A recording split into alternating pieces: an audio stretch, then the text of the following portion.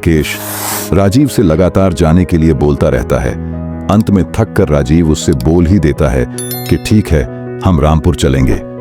ये सुनकर राकेश की तो मानो खुशी का ठिकाना नहीं था।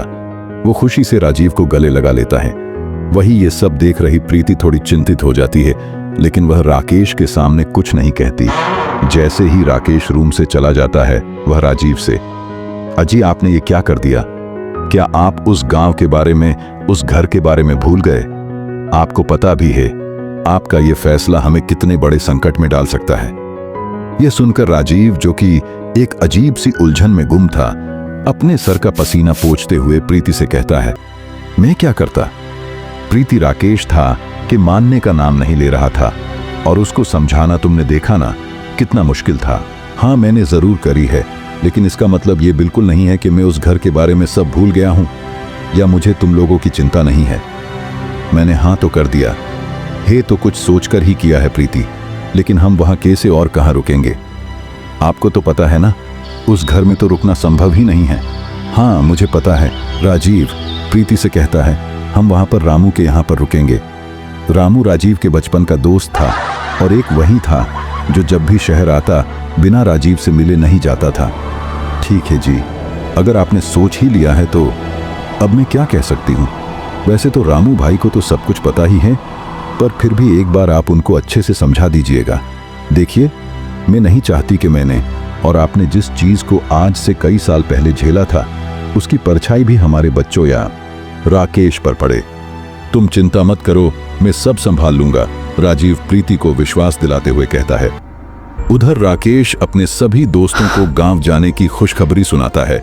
उसके चारों दोस्त रवि, अमित, दिनेश और मोहित भी बहुत उत्साहित हो जाते हैं। राकेश सभी दोस्तों से, देखो दोस्तों, आज जो तुम्हारे भाई ने वादा किया था उसको पूरा भी कर दिया है।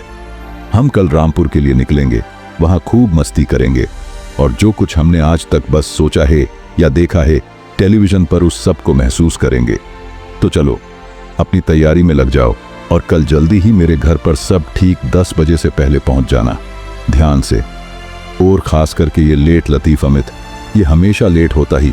अरे नहीं भाई, कल सबसे पहले मैं ही तेरे घर पर पहुंच जाऊंगा, देख लेना, अमित मुस्कुराता हुआ बोलता है। अगले दिन सभी दोस्त टाइम से राकेश के घर आ जाते हैं और घर पर भी सभी की तैयारी हो चुकी होती है। प्रीति ने रास्ते के लिए पूरी सब्जी और कुछ मिठाइयां रख ली थी, जिसकी खुशबू से ही दिनेश, जो कि सभी दोस्तों में खाने और हद से ज्यादा खाने के लिए प्रसिद्ध था, के मुंह में पानी आ जाता है। 2 गाड़ियों से निकला जा रहा था।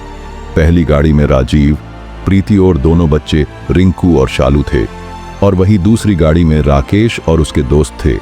सभी के सामान से ज्यादा दिनेश का सामान था, क्योंकि उसने अपने कपड़ों से ज्यादा तो खाने की चीजें रख रखी थी। रवि दिनेश से, यार तू एक बात बता, तू वहां विलेज लाइफ एंजॉय करने जा रहा है या ठूसने? दिनेश तपाक से बोलता है। ठूसते हुए एंजॉय करने। दिनेश की बात सुनकर सब हंसने लगते हैं। अब गाड़ी निकालने के लिए राजीव हॉर्न बजाता है।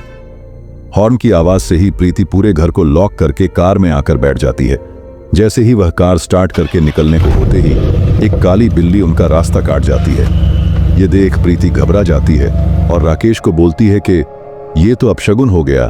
राकेश भी शॉक्ड था कि आखिर ये काली बिल्ली तो कभी इससे पहले देखी नहीं, यह अचानक से कहां से आ गई।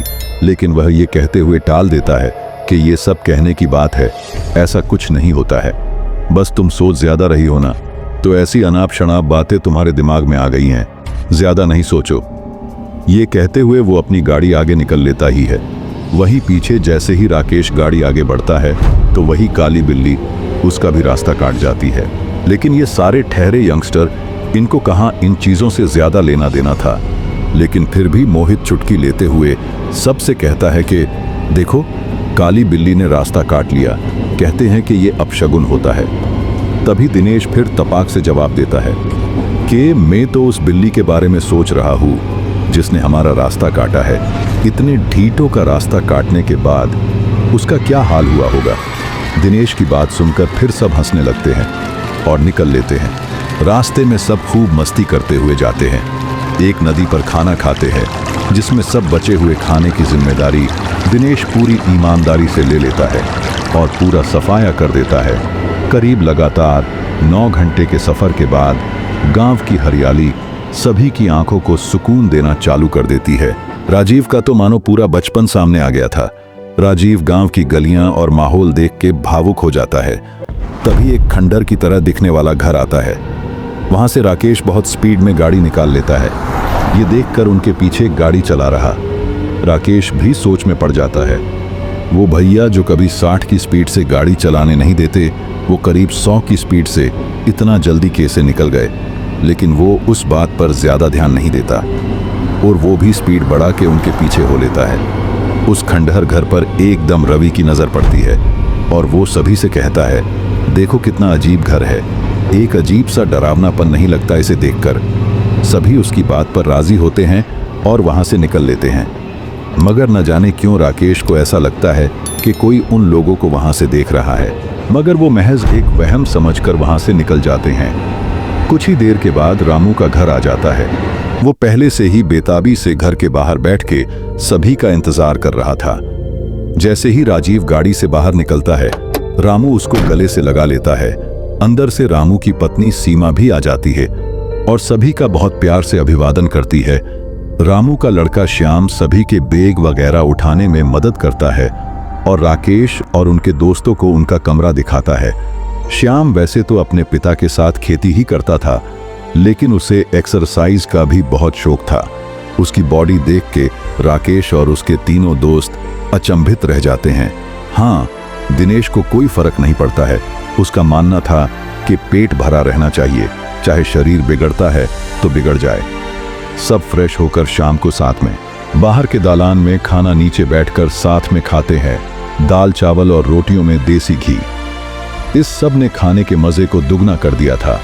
इस तरीके से खाना राकेश और उसके दोस्त पहली बार ही खा रहे थे। सब खाने से फ्री होने के बाद राजीव और प्रीति, सीमा और रामू सब बैठकर अपनी पुरानी यादों को ताज़ा करने लगते हैं। तभी रामू का बेटा श्याम राकेश और उनके दोस्तों को बाहर घुमाने ले जाता है। गांव का माहौल और वहां की हरियाली मानो सभी लोगों के दिल में उतर रही थी। चलते चलते राकेश श्याम से पूछता है, श्याम, क्या तुम्हें पता है हमारा घर जिसमें बरसों पहले भाई और भाभी मां रहते थे, वो कहाँ था? ये सुनते ही श्याम कहता है, किसने कहा था नहीं है।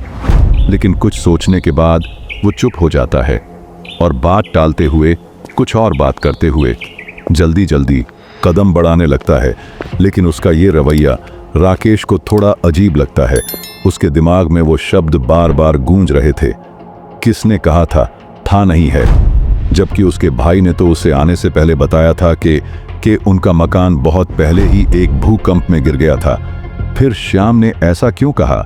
राकेश को ये बात परेशान किए हुए थी। ऐसा श्याम ने क्यों कहा? क्या उनका घर अभी है, और है तो उसके भाई ने उससे ये बात क्यों छुपाई? सभी सवालों के जवाब के लिए देखते रहिए वीराना घर।